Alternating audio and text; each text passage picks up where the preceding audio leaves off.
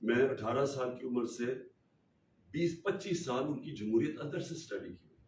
دیکھیے پرامن احتجاج، جب تک آپ پرامن احتجاج نہیں کریں گے، میں کبھی نہیں کہتا کہ کوئی قانون اپنے ہاتھ میں لے، میں یہ نہیں کہتا توڑ پھوڑ کرو. آج آپ سب کو پرامن احتجاج کرنا چاہیے. رات کو جب بھی نکلے اپنا احتجاج رجسٹر کریں، کیونکہ آپ نے بتانا ہم انسان ہیں، ہم بھیڑ بکریاں نہیں ہیں کہ جب کان کھینچ کے ادھر کر دو تو ادھر کا یہ قیمت لگا دو کہ یہ اوپر بند کمروں میں پیسے چلا کے پاکستان میں فیصلے ہو جائے تاکہ یہ اور آئے پاور میں اور پیسہ بنائے.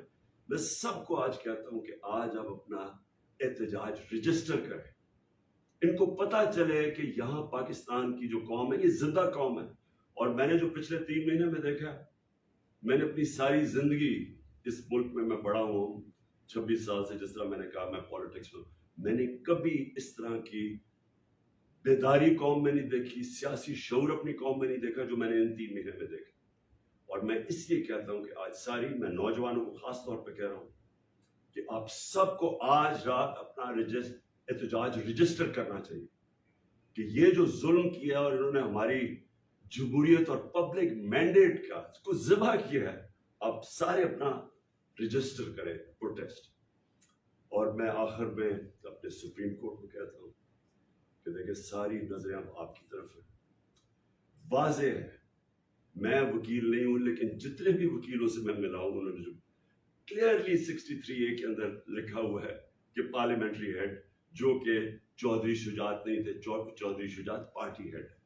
اور مجھے یہ بھی افسوس سے کہنا پڑتا ہے کہ جب تک آصف زرداری جیسے آدمی، میں نے 26 سال پہلے یہ زرداری اور نواز شریف کے خلاف جہاد شروع کی تھی.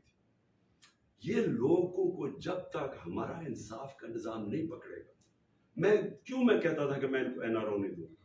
میں کیوں بار بار کہتا رہا 3.5 سال پورا میرے اوپر پریشر ڈالا گیا کہ ان کو NRO دے.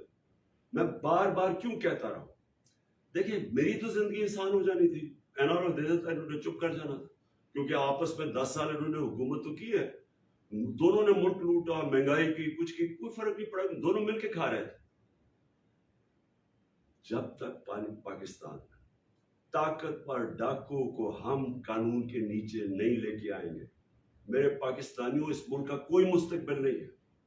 آپ یہ ذہن میں سے ہٹا دیں کہ ہم کوئی بڑی قوم بن جائیں گے جب تک صرف چھوٹے چور جیل میں جائیں اور بڑے ڈاکو اس طرح کر کے رشوت دیتے کہ لوگوں کو سب کے سامنے قوم کے خریدے. یاد رکھیں ہمارے بچے دیکھ رہے ہیں اس چیز کو. یہ کبھی بھی یہ قوم آگے نہیں بڑھ سکتی. اور میں بار بار مجھے وہ حدیث یاد آتی ہے جو ہمارے نبی صلی اللہ علیہ وسلم نے کہا تھا کہ تمہارے سے پہلے بڑی قومیں تباہ ہوئی، جدھر صرف چھوٹے چور جیل میں جاتے ہیں اور بڑے ڈاکو کو قانون آپ کا نہیں پکڑ سکتا. یہ آپ کے سامنے مثال ہے کہ پوری جمہوریت کو پہلے انہوں نے گرایا، باہر کی سازش کے ساتھ پیسہ چلا کے، چوری کا پیسہ، آپ کا پیسہ، پہلے گورنمنٹ گرائی اور آپ جب گورنمنٹ بنانے آئے پھر پیسہ چلا دیا ہے اس نے گورنمنٹ کے اوپر، لوگوں کو خرید لیا. اور اگر ہم ان لوگوں کو نہیں پکڑیں گے، ہم بار بار ان سے ڈیلز کریں گے، کچھ کریں گے، یہ کبھی اس ملک کو آگے نہیں بڑھنے دیں گے. کیونکہ ان کا مقصد کچھ اور ہے. ان کا مقصد پاکستان نہیں، ان کے تو پیسے باہر پڑے ہوئے ہیں. جیسے جیسے روپیہ، میں نے کل بھی کہا تھا، جیسے جیسے روپیہ گرتا رہے گا ان کی دولت میں اضافہ ہوتا رہے گا. ان کے تو ڈالر میں پیسے پڑے ہیں، روپیہ گرے گا ڈالر اور تگڑا ہو جائے گا، ان کے پاس تو اور پیسہ، ان کی دولت بڑھ جائے گی. پیسے ان کے اربوں ڈالر باہر پڑا ہوا.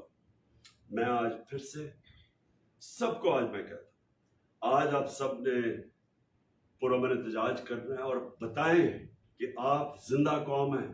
رجسٹر کریں اپنا پرسٹ، موبائل فون پہ بتائیں قوم باہر نکلی ہوئی ہے.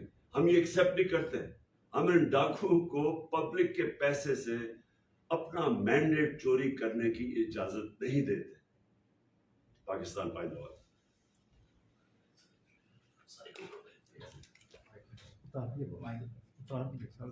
چلو جی،